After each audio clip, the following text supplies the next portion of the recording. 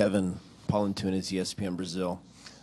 With the way LeBron James been playing in the postseason, lots been said about him, maybe even winning the MVP of the finals, even if his team loses.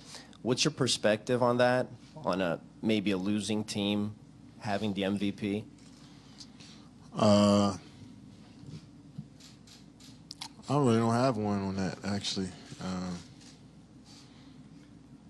I'm sure LeBron wouldn't. If you had a vote, I'm sure LeBron wouldn't accept that. I mean, he's a winner. You know what I'm saying? So I don't think he's a winner. I don't look at him as a guy that would be okay with that. But I just want to. I don't know. I don't even know how to answer that one. Robert Littal, BSO. One of the things that we've seen in the playoffs are fans being a little bit more bold in how they're approaching players. You had a great game last night. You had a couple of Cavs fans that out by your hotel, heckling you. What do you say to those fans that have maybe been crossing the line and getting in the athlete's face and some of the language that they're using when they're talking to you?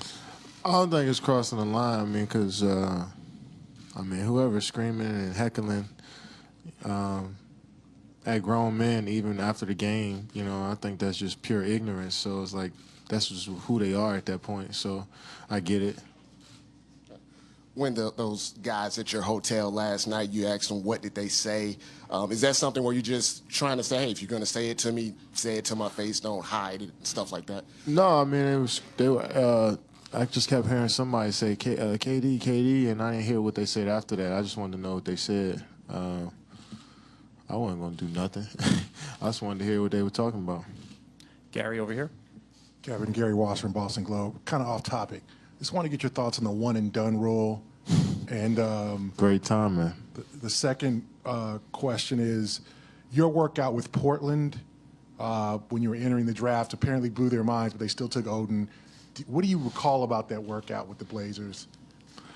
I think the one and done rule should be done. I think you should give players more avenues to pursue their career as basketball players.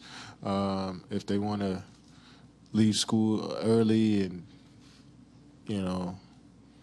pursue a basketball career, why not? I think it's on them to make that decision. If it doesn't pan out, then that's on them. But if it does, I think it's great that you give them a couple outlets to do so. My workout with Portland was I thought it could have been better when they were saying it was a great workout. I knew it wasn't as great as they were saying. But I figured at that point they knew who they were going to draft. They just wanted to just do the due diligence, I guess. Tom, back left. Tom Withers, AP. KD, you know LeBron as well as anyone. How driven do you think he is now to try to bring down this team you guys have put together? And do you think he'll go somewhere else to try to assemble a super team to bring down the Warriors? I have no clue. I only know LeBron from just who he is. In our up-close personal relationship, we never talk about basketball, so I don't know. Over here on the right. Dan Devine, Yahoo Sports. One of the big topics sort of is going around today is the importance of basketball IQ, the ability to think the game at the highest level. Obviously, that was an important deciding factor when you made your choice about where you wanted to go in free agency. How does that help at a team level in a situation like this when you're in these high-pressure moments? And, what have you seen from your team this year as opposed to in years gone by? I think that experience just helps, just going through it. That trial and error is only going to make you a better player. We got a lot of guys that got a lot of experience in the NBA, especially after the playoff run last year. And then we added, having Nick, an 11-year veteran who's been through so much, play with some great players. Then you bring in a guy like Quinn, who's still, figuring his way out in the league, but understands what hard work is. So you just got different journeys for different guys, and they provide just a different perspective. And I think that's what makes up a great team. All the way in the back. Kelly Johnson, NBC Sports Bay Area. Kevin, I was talking to Draymond about just how much he loves to play defense and how he continues to find ways to leave his imprint on the game. I'm curious, what is it like playing with Draymond on the defensive end of the floor, his intensity, his expectations, his communication? Have you ever played with anybody quite like him?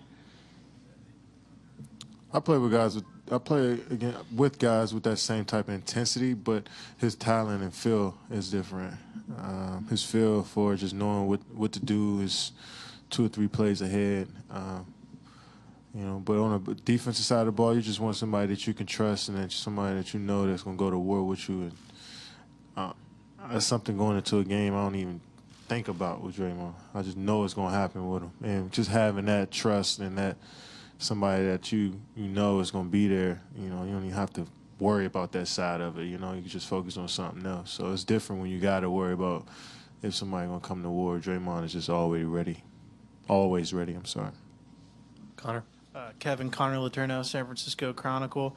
What has LeBron meant to you in your career, and what has it meant to you to be able to face him on this stage for several times now? What he's meant to me, I just think I don't know about that one.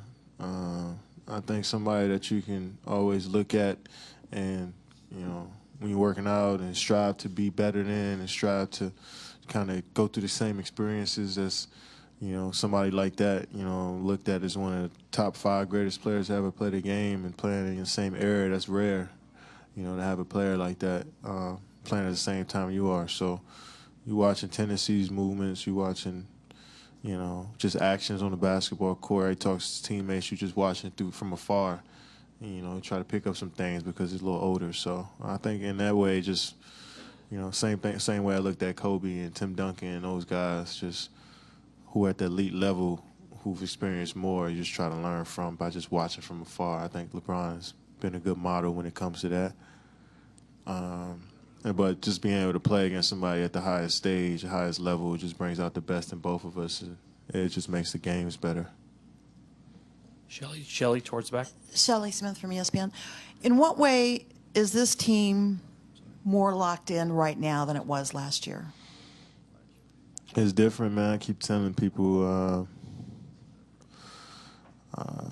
it's just a different vibe. I mean, because we've been through a season with each other already as champions, going through the whole season. So, we know exactly what we need to do in order for us to win. And, so we want to do that, focus on that as much as possible. And the emotions and all of that stuff doesn't really matter. We just try to play a solid, focused game, and we'll figure out how to feel afterwards. So we just try to, it's just different. It's like I told someone earlier. I think Kanye West's first album is his best one because I didn't hear an album from him before. So the first one is always a little different, but he has some great music after that as well. So I feel like we're in that transition from having a great first year, but figuring out different ways to be good in the second year. So, if that makes sense. JaVale McGee called it a beautiful thing. Oh, definitely. If you listen to JaVale, he has all the answers. Last 2 questions on the left side. Kevin, Brad Bodkin, CBS Sports. Steve talked last night about how decisive you were with the ball. Is that a conscious decision on your part going into the game, or is that more how they're defending you and the fact that Steph and Clay were both off by their standards? I just know when I rush, I'm not as good as I want to be. If I take my time and be patient, I can dictate and control everything. So I'd rather control everything than be, reacting to someone else out there. So I just try to be as patient as I could, but still, be strong with the basketball. Is that a tough balance to stay patient when you know that kind of the longer you do hold the ball, or anyone holds the ball for that matter, things do bog down? Is that a tough balance to be patient and decisive at the same time? Nah, because when we throw the ball into Draymond, we still move, we still cut. So I expect the same when I get the ball, and my teammates do that. So as long as I hold the ball, if everybody keeps moving, if I don't find nothing, then I can go to work. Melissa, last question. Melissa Rowland, Barrier News Group. LeBron was talking about how the challenge around the league is not only to find a group of guys as skilled as the Warriors, but as intelligent as the Warriors. Is intelligence kind of a less appreciated aspect in a locker room? And what's it like being in the Warriors locker room in terms of everybody's collective IQ? I think as basketball players, we should all be offended if intelligence isn't the first thing you think about when you're looking at basketball players.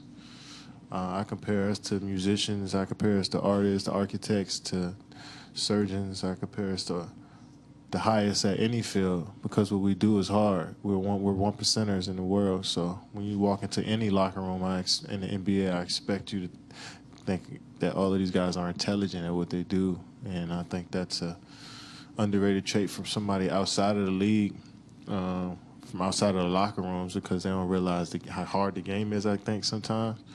But, you know, it's hard to find intelligence, character, unselfishness all at the same time.